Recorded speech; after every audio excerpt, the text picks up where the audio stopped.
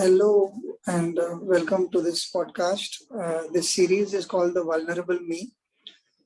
We've had a variety of guests talking about different kinds of vulnerability they've had and they've tackled and they've come out of or are still grappling with, as the case may be. But before all of that, I would want to know a little bit about you. Can you just introduce yourself? Sure. My name is Amir Khan, and I too run a podcast and a social media page. Okay. And you've been on there, so don't act like you haven't been. It basically aims to let the youth know that there are people out there with real life experiences that are ready to share those experiences, and that we can learn from those journeys. So it documents people's journeys in hopes of sharing their successes, their failures, their ups and downs in life, just to make us feel more comfortable and to let us know that it's not all glory. Yeah. There's bound to be some things going wrong, and that's perfectly fine. So it's called Z Medium, and it's just been a month, but it feels like I'm doing this for a very, very long time now. Only audio though. So that's too much about it. Okay, I didn't know that it has only been a month. You are quite a pro at whenever I spoke to you last, I thought you have a sense of pause in your bearing. You wait, you assimilate the information that is coming to you, whatever little bit I could make out of our conversation last. So my first question actually stems from there. As a person who's in a way starting on his own now, like this is the time in your life when you just about start thinking, okay, this is who I am. You start wearing a face and then discarding it and finding another face. So this goes on for 4-5 years, which is, to my mind, say 22 to 27, 28 is when we are kind of figuring out this is what my life will be about.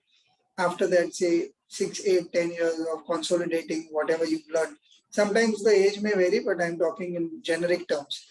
So as a young person who's seeing the world as it is today, where it's so volatile in terms of there is upheaval of all kinds of things with technology in our lives, the political scenario all over the world, the people who think of different issues, environment being a major issue, politics itself being a major issue, and I would not want to define it because within that also there are a lot of subsets of thoughts. So as a young person starting out, how do you look at the world? It is daunting for sure. The idea of having so many options available and so many before us at this age that made us big at a very young stage in their life, it definitely puts pressure. But not to say that we are going to follow into everybody's footsteps that came before us. We want to create our own path. And the road to success now has shortened. I don't know how to put that or frame that, because you can go down different paths that you guys didn't have, obviously, which is social media. You see a number of influencers popping up. You have people doing things out of the blue. Startups in India getting a huge, huge backings from other people. So it's not the traditional 9 to 5 that people used to take. It's much more dynamic. It gives us a lot of options, definitely. But it also, at the risk of sounding very privileged, gives us too many options to choose from.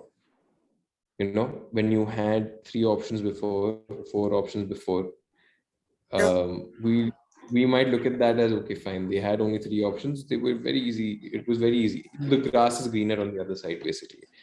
But looking at the world right now, at least we have the assurity that the first 3, 4, 5 years in our lives, we can make mistakes. We can go for stuff that we probably might not have done if we were in the 1980s or 1970s. Try out as many things as we can before finally finding the one thing that we are looking for, and would be happy to continue doing that for the rest of our lives. So this is just a trial and error phase that we have right now, but that I have at this age. I'm 23. Okay, so this is very interesting. While I was looking at a worldview as a thought when I was questioning you, you have kept it very personal. So let's delve there a little bit. You did talk about privilege.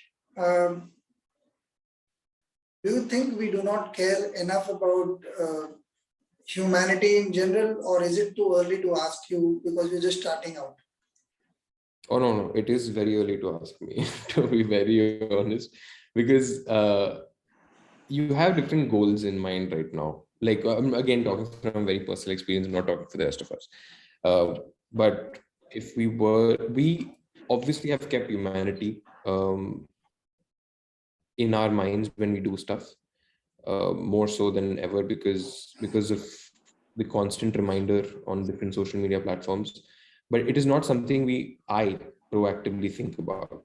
It's always there in the back of my mind, in the sense that whatever I'm going to do, I'm going to keep 20-30% of my mind occupied with that, but it's going to be at the back of my mind mostly.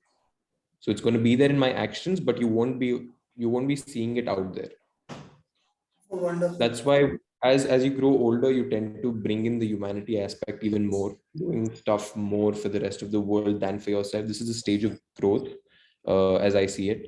And once you pass that level, that I know people, whenever I've asked people the question, what what is success to you, or what does a successful life mean to you, they've always said peace and happiness, and doing something bigger than themselves. But I'm not at the stage yet.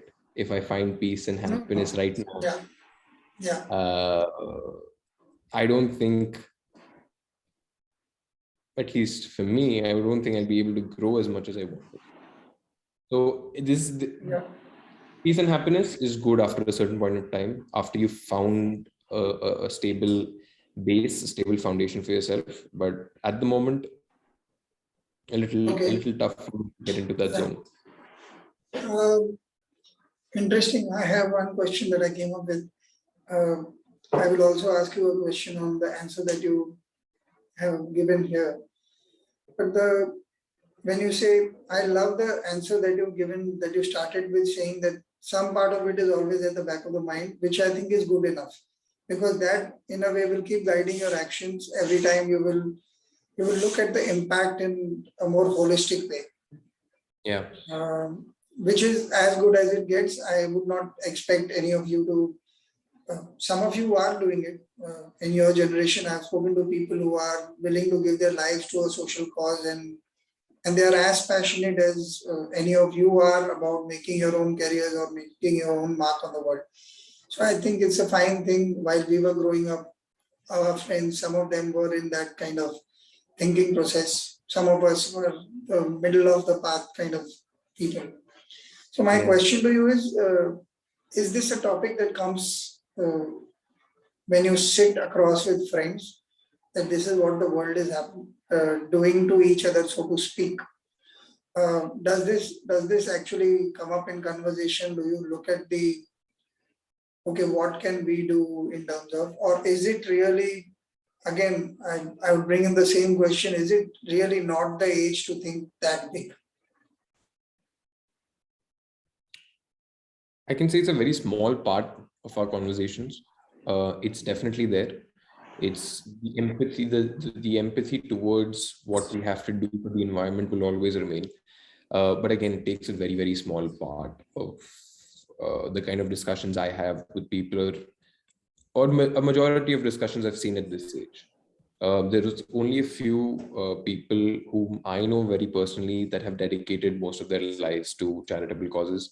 And NGOs pay well. It's not like they don't. Nowadays, the Yeah, whole yeah. thought, you know, you can do social work after a certain age is not there anymore.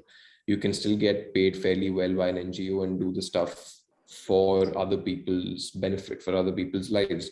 But the kind of circle and the kind of people I've seen, we've always talked about it.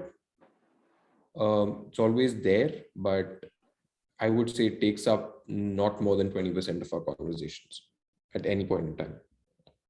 Okay. Now coming back to the answer that you gave earlier in terms of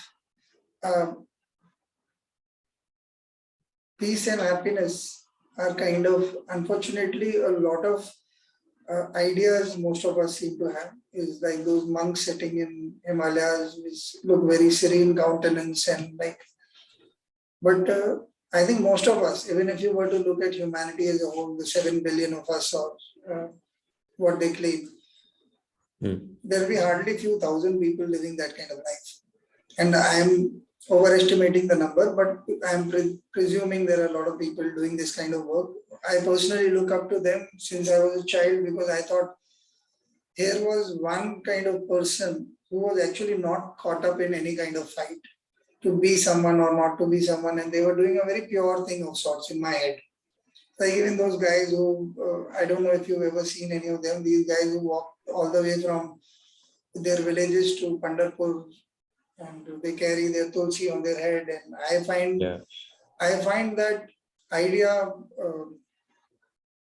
irrational from a city point of view, but very touching as a human point of view. Here they are, they've left their homes behind to go on this pilgrimage for several months, leaving their villages and their little savings behind, just to achieve what? There is not even anything else. There is this pure science or devotion that they seem to have.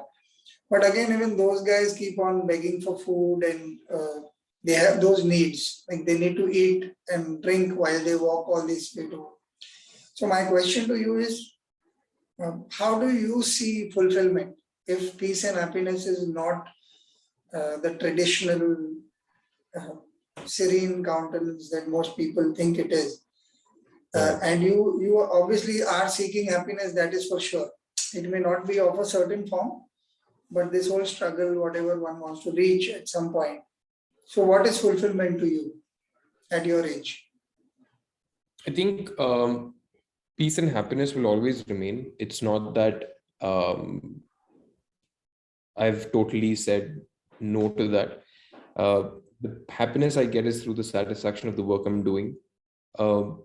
It is more towards the amount of peace and happiness that people have at a certain stage in life. They're more content with what they're doing in that moment because they know they have a good family, they have a good job, they might be doing what they like, and at one point you tell yourself, okay, this is it for me. This is what I'm content. This is what I'm happy with. All this I have: a car, a house, some investments here and there, a family, the kids to look after, and a perfectly okay job. And I'm good with that. Why do I need to go out more when I have my entire world over here?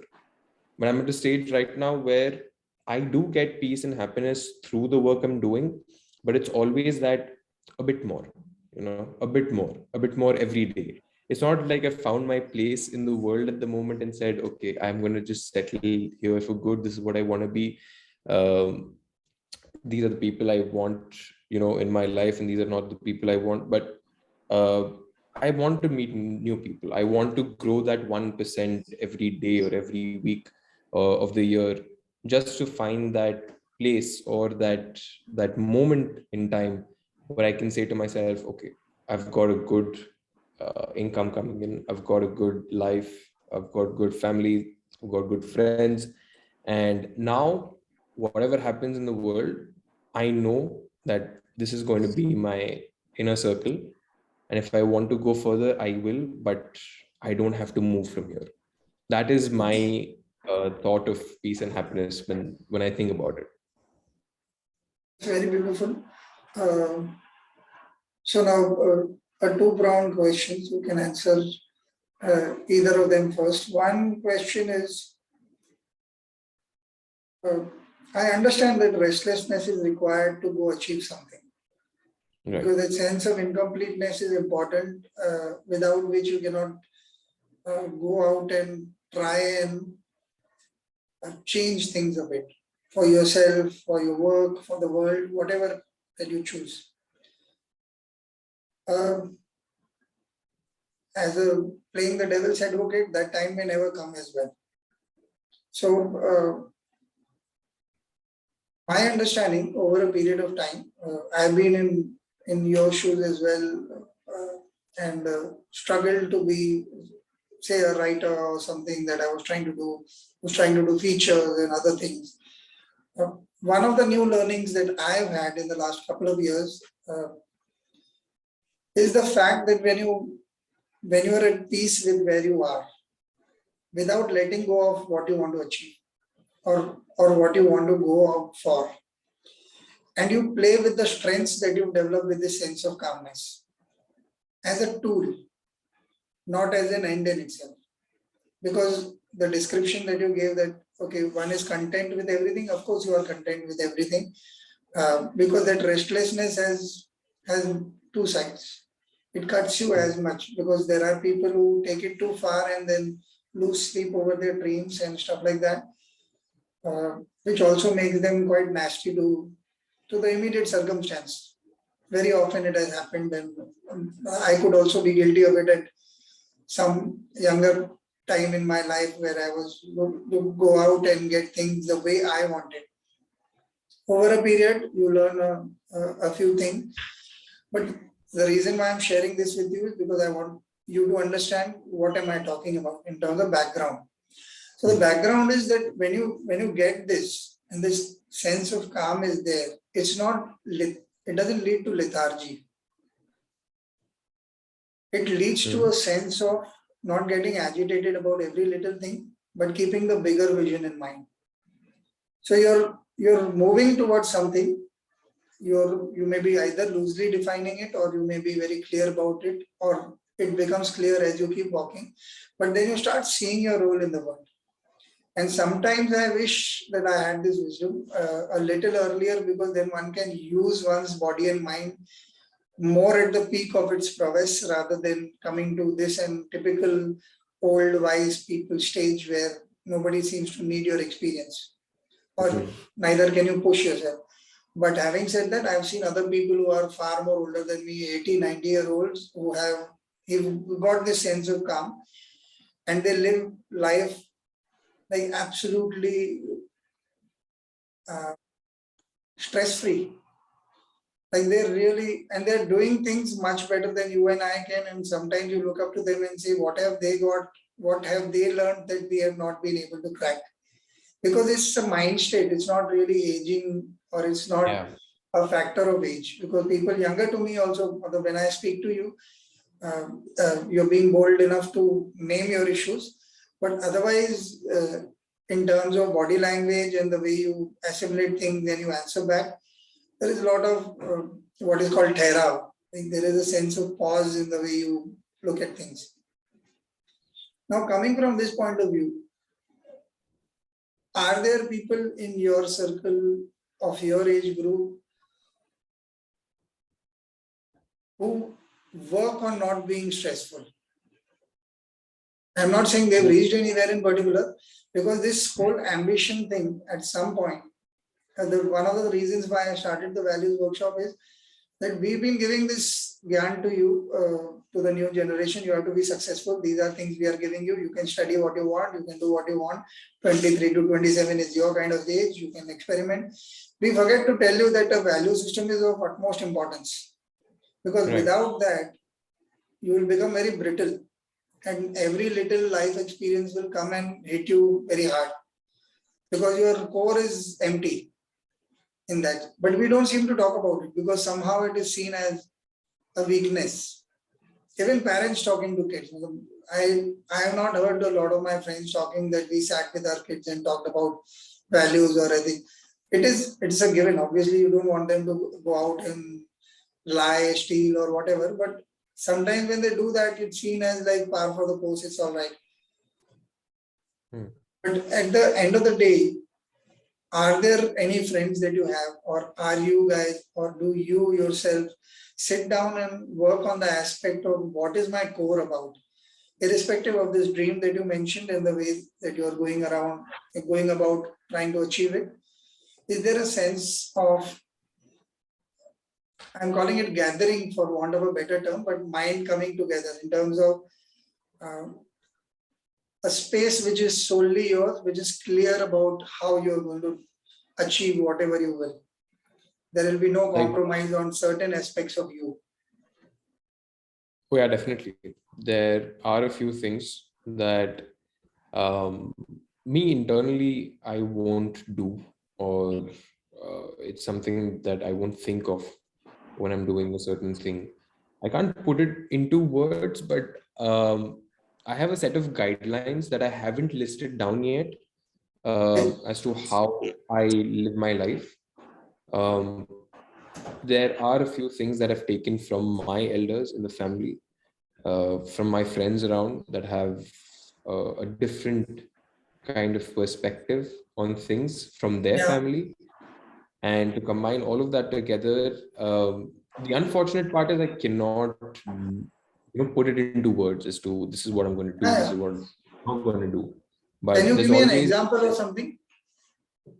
trying to think of one as I speak. um, Something that where you were stuck in a place where you had two options, but you took whatever decision you took and how it affected you, even if it is a small thing, like say copying in the exam, which is generally in India, it's not even seen as important or whatever. It's like not a big deal. right. But something like that, where you felt even as a kid now, something that told you this is who I am at the core. um, I think I'd like to move um, in a team, if that is to be said. There was a time when we, like, it was very small example, but there was a time in college that we had this person who was not putting in the work, and we either had the option of letting him know that we don't want you to be a part, or we could just go and talk about him to the professor, which we didn't do. But that is something I feel like we can work on, involving everybody. There must be a reason why he's not putting in the work, to find that deeper reason and to talk with him, to sit down and discuss what is not working out for you. Is there something that we are doing that is not making you put in the work? I feel that everybody has a reason for doing or not doing something, and it is, if you're in a certain circle or a certain group, it is your responsibility to find out what is not right. Um Letting him go, maybe putting him in another group would have done him no benefit. But at the end of the day, we talked to him, and it turned out to be for the good, because he just had this problem that he could not figure out how to talk to other people in a manner that did not he could not communicate well. So just to have an open ear towards that and to listen to him completely made him open up towards us. So there's always a reason behind why somebody's putting in effort, not putting in effort, doing something, not doing something. And to find that and to relate to that would actually help, as I've learned in life more than anything. So that is one of the things, I think, moving in a team. And if you are in a team, that is, make sure everybody on that team relates to you, resonates with your ideas, and everybody is working towards a single, like a singular vision, and not going their own ways.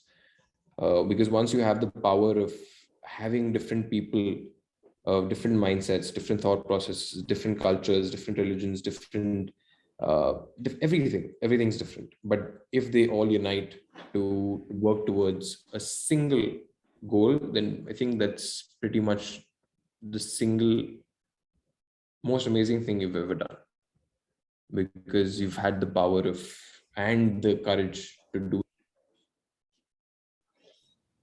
So Wonderful, because you did cover a few values in what you thought was just one answer. To me, the first very important value that came up was empathy itself. You thought there could be a reason behind what was happening instead of jumping to conclusions. Teamwork obviously means letting go, having some humility to understand that somebody else might have a better idea, even when you are quite fascinated by your own thoughts about the subject. Uh, there are a lot of other things that go into building a team, sharing a vision. That means the ability to fight without making it personal. Yeah. Um, Actually, so, well put. The ability to fight without sorry. make the ability to fight without making it personal is a very nice way of putting it. Yeah. Yeah, because I think it happens with our family and friends. I think we are the cruelest because we happen to know them and they know us well. So you land up saying things which you've been presuming. Even at my age, sometimes when I say something, you want to take it back because that's not how you think. But just to win that point, have the last word in that argument, I think you just take it to an extreme which you do not even feel, honestly. The once you are in the different layers of mind and you have been checking yourself, you realize, oh, I don't feel like this. It was more to win over just that minute. Okay, oh, this is mine. Like I've had the last word, but it's unnecessary. So in that sense, um, another thing that I want to ask you, which is a very when you were talking, I was thinking the description was a very slam book kind of question. Uh, if you know what a slam book is, I don't know if they still have slam books, Yeah, I but remember Slambo before they went out of age. Yeah. yeah. So the question is, how do you at your age see your strengths and weaknesses? What do you think? One of the strengths you obviously mentioned is that you are a good team member, or you try and ensure that there is some kind of teamwork involved in everything that you do. But this question, I want to contextualize it a bit. Now, uh, you've been running some kind of business prior to running this podcast, and you picked up a thing which is really open ended for all the glamour that social media shows us. That you also mentioned that you want 100K followers to start with. Now, all of it is very nicely said and done. One doesn't reach it overnight, and it is as much hard work as any other thing is. And in fact, what you've chosen is so much of a niche subject that to make it popular, you will have to really work very hard in terms of presentation without compromising on what your basic vision is. Yeah. So, in that context, how do you see your strengths and weaknesses, and what are they according to you? Because you've already taken the brave step of leaving something which is comparatively ready-made, because it is in a structured form. Yeah, This it was is definitely in a structured form. Yeah. So this is And something more where you have to actually start forming a structure in the mind, in the real world. All of those things are yet to happen.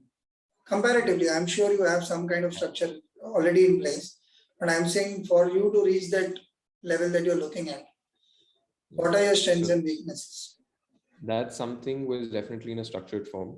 But the ability to do that and to make sure that it turned self-running after a point, that gave me the confidence needed to start something completely different and new, which is not in that zone at all.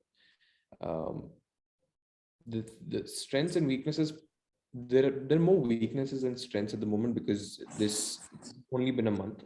That's number one. Number two is it takes a lot of time for you to build your strengths in a particular field, which is different from what you were doing, um, in the way that to refine those skills every day, um, and to make sure that you're better every single day, it takes a toll and a lot of time as well. Weaknesses are definitely going to be more you're learning. So I don't see that as a weakness, learning or making mistakes, because when you eventually learn that, you write your notes down, you make sure you don't repeat the same thing again.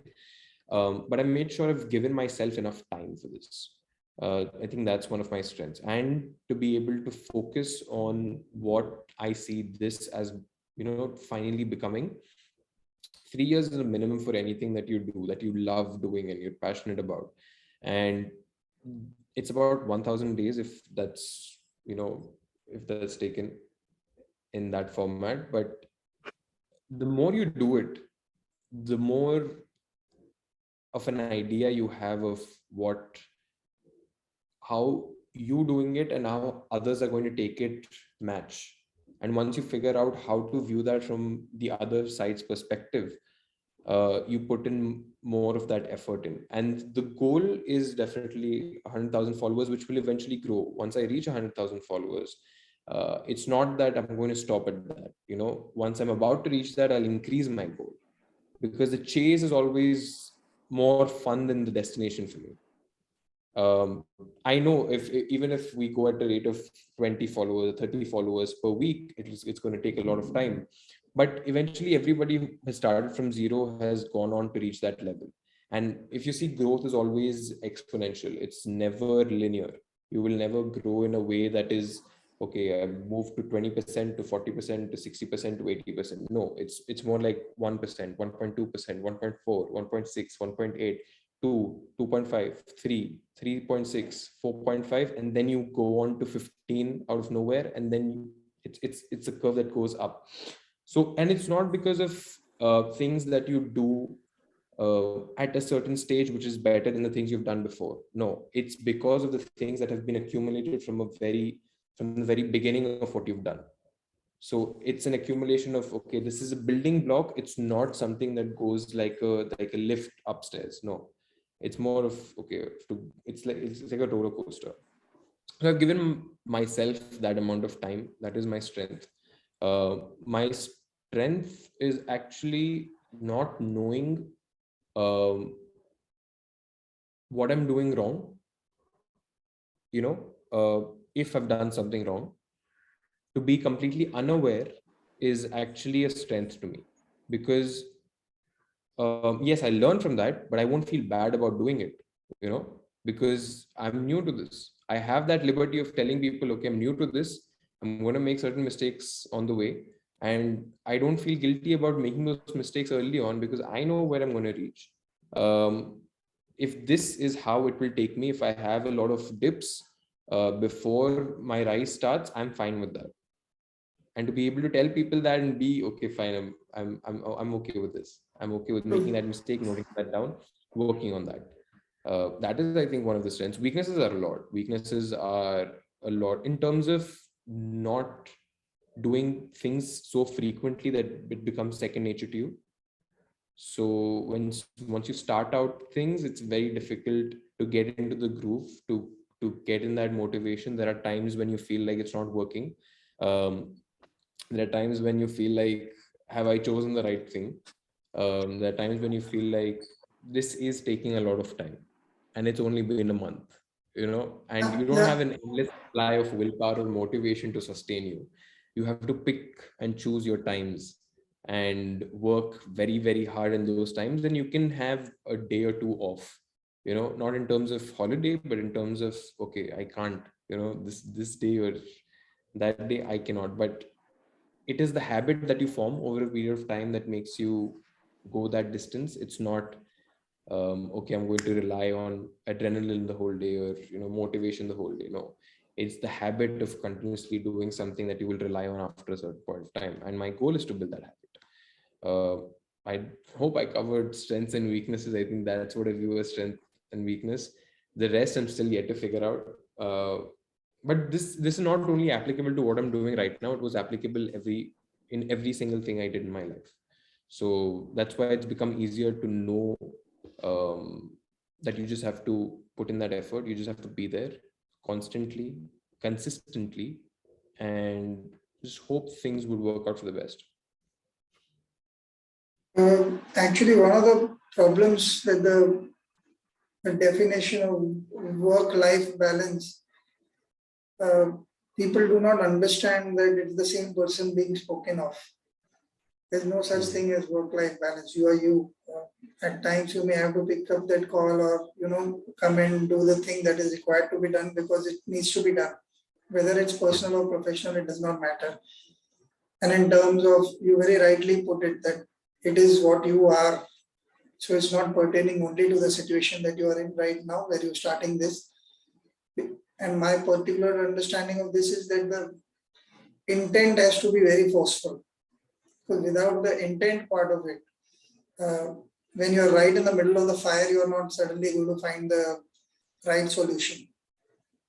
The solution might be right or wrong. There was a wonderful description of what is a good decision by a monk.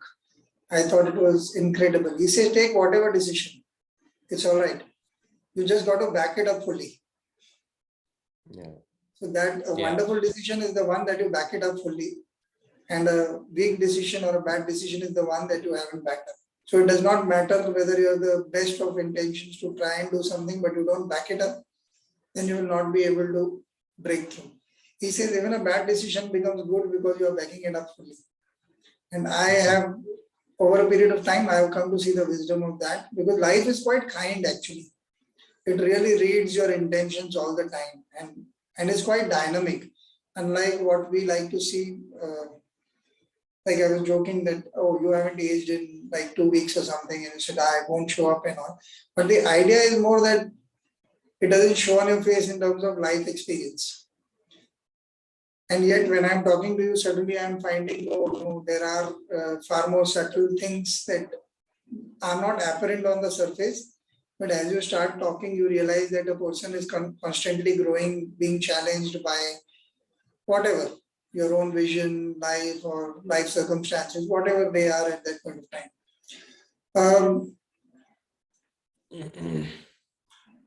I have a little bit of a twisted question again here.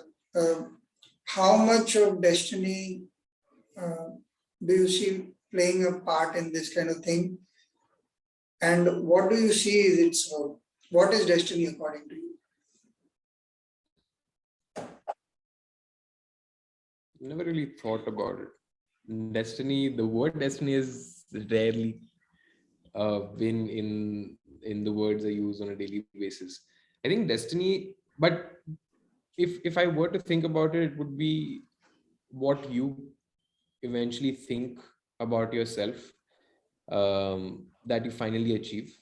It might take some time, you might have some things on the way, but destiny is where you see yourself in a position where you're content, basically, and content in a way that you've finally found that one thing that you're able to do for the rest of your life, um, and just be in that moment present doing that and just being happy about it. I think that's the destiny that I can understand. I don't go by literal definitions because that really doesn't make sense to me. Everybody's destiny in a way is thought of by themselves. um, the only ones that eventually reach where they're supposed to be is the ones who've not given up. And it might be very cliche, but it works. It definitely works, because you do something long enough, there even opportunities cannot shy away from you. Then it's that I've had so when I decided to quit what I was doing before, which was something in the pharma industry, after I quit is when I started to get the opportunities that I wanted before I quit. So if I was doing it long enough, but it was for another reason that I didn't continue. But if I was doing it long enough, there is a way of the universe responding, saying, okay, fine, you're giving in that much effort, here's something back for you. And it makes sense because you've been there out long, you've made yourself known to people. At some point in their life, you've made yourself memorable in their minds. So when an opportunity for you comes up, which they also want to benefit from, they would approach you. And that's how you meet people, and that's how you do the business that is life at the moment. But it's all about just in the middle of the worst times that you have, just be there thinking about, why did I start this in the first place? In that moment, it's very difficult to think about it. And it's very difficult to think when you're not getting um, the right mindset, or you're very, very low, or you're very agitated, very sad.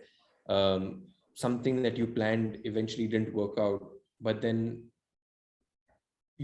going back to day one, page one of what you've done and what you want to do, that is very difficult in that moment. But people who have eventually reached a point where, okay, I've reached where I want to be, they eventually went back to that page one and like, okay, fine, this is why I started it, and I need to continue this because I see some potential in this.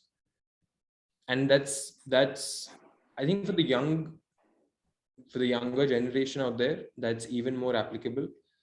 Yes, we want to have different people have different routes. People have started startups, people have gone to jobs, people want to climb up the corporate ladder, and that's good for them. That's their challenge, or they see that as more fulfilling.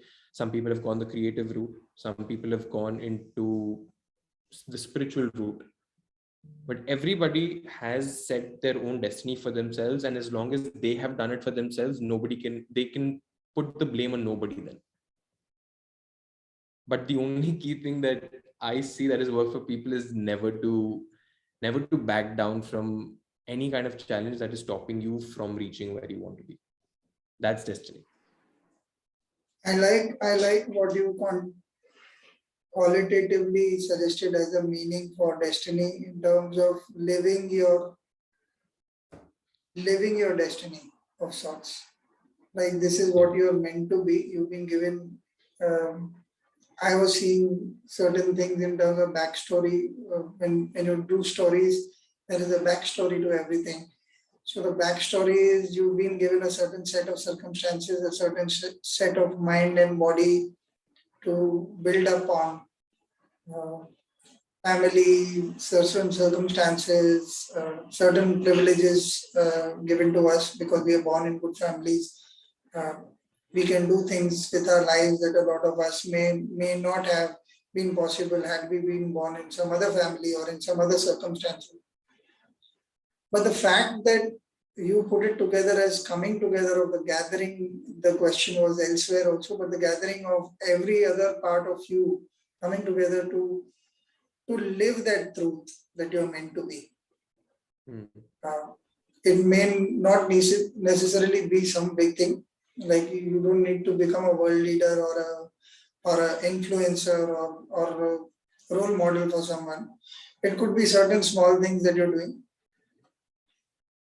Just the fact that you are in the moment for that truth to dawn upon you, and you are causing it to happen. I think that's a very wonderful way to look at destiny, because otherwise it's seen as this pathetic thing that a lot of people end up either blaming or hopeful or all kinds of ideas about it.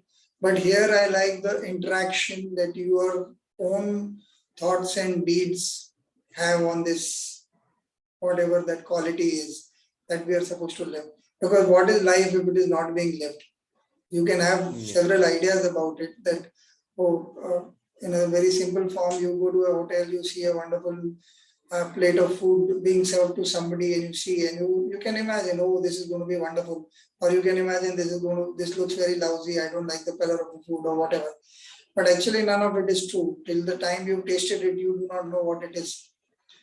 So in that sense, I like your answer that it's very hands-on, it is very interactive with the idea of being.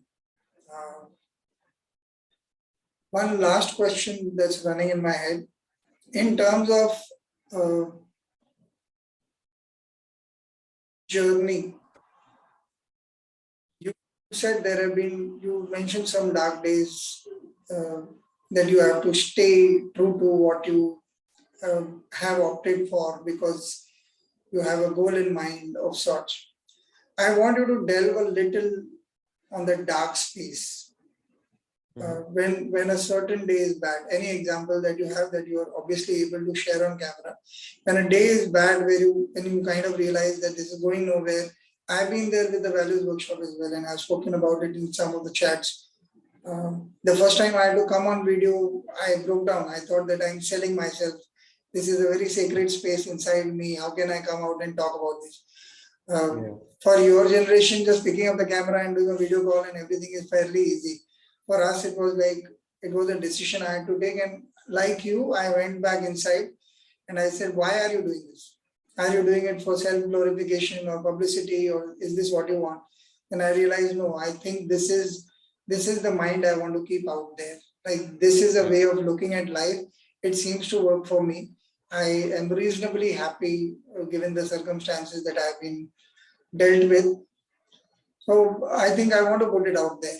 And then I want to provoke other people like yourself to come and talk about this part rather than just the dark space. But I want to end with how and what was the dark space and what did you really do? Is there anything that can quantify that feeling? Because otherwise it's very difficult to speak about. Yeah. And I don't think it's very difficult to speak about, to be very honest. Maybe because when you look in the past, at a certain point, for example, if this happened to me about a month back, and I look at it now, it does not look that bad. It's only in that moment that you feel that there was a time when things were not picking up in terms of, and it's a very small issue if you see, because when I look back, I'm like, okay, fine, and that eventually took off. But there was this No, I want episode to that, get into that mind space only because the problem is that mind space is if you talk about that mind due space, respect. in that moment, Yeah, because that is never given due respect. If right? it wasn't for that, I personally don't think any person like you would be sitting here and talking about it.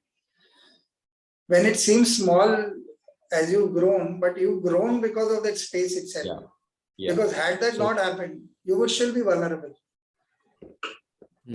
trying to recollect what I was thinking in that time, because that mindset, things are very, very, you get agitated, you get irritated, definitely. Not with any other person, but uh, that the thing that you said to achieve, you've not achieved yet. And in that moment, it's very difficult to think about one step at a time, or the further goal, the vision that you have. You throw all of that out of the window after a certain point, saying, "This, the results are in front of me. Um, I can't see myself growing. Is it even worth it? So What what got you exactly out? am I trying to achieve?" So what gets you out Honestly, of that time. mind frame? Time. It Ah, it is all about just, yeah, because anything that you are going through in that moment, you sleep on it. You either talk to somebody, because I've seen in a majority of my cases, at least, every time I'm feeling low and every time I pick up a call, talking to it, it might be anybody at all, but it's mostly going to be family members. It's going to be, it's mostly that space. But the moment you start talking about it, कि नहीं चल रहा है, it's not happening, and then somebody tells you, somebody either gives you a kind of motivation, I can see this in you and I've seen why you, and they are the ones who remind you that, bro, think about why you've begun this in the first place. yeah. Or in some cases, they've gone on to tell me about a bit about their problems, which diverts my entire mind towards, they've got it worse than me. I should not be here. So it's a bit sadistic, but once once you have something to divert your attention to, it might be sports, it might be talking to someone else, it might be just playing a game, if that is playing video games for our generation. I don't play video games, but I'm talking for other people, maybe. Um, just a diversion from that, so that you can have that strength to come back and do this, because you if you love doing what you're doing, you will come back the next day and just keep at it, because then the next day, because time has passed, because you've diverted yourself, because you're not overthinking about it. Thinking about it is good.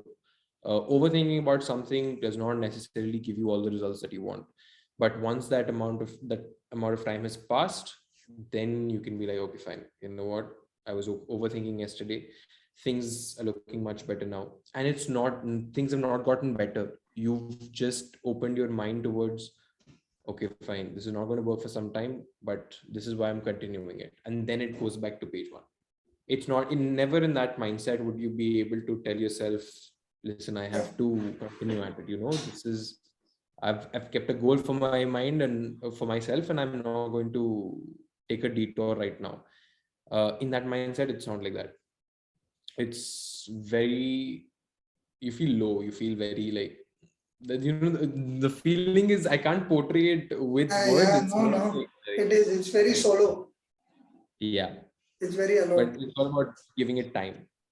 That's a good one. My personal way of doing this is accepting the failure of it at that point of time and just waiting, saying, for now it is the truth, tomorrow it might not be the same truth. Let's just accept today I am failing. But well, I haven't failed throughout and I'm not going to fail throughout. So today I failed. So, well, in perspective, this whole thing is only for today. So let's just let it go. In the same way, I buy time.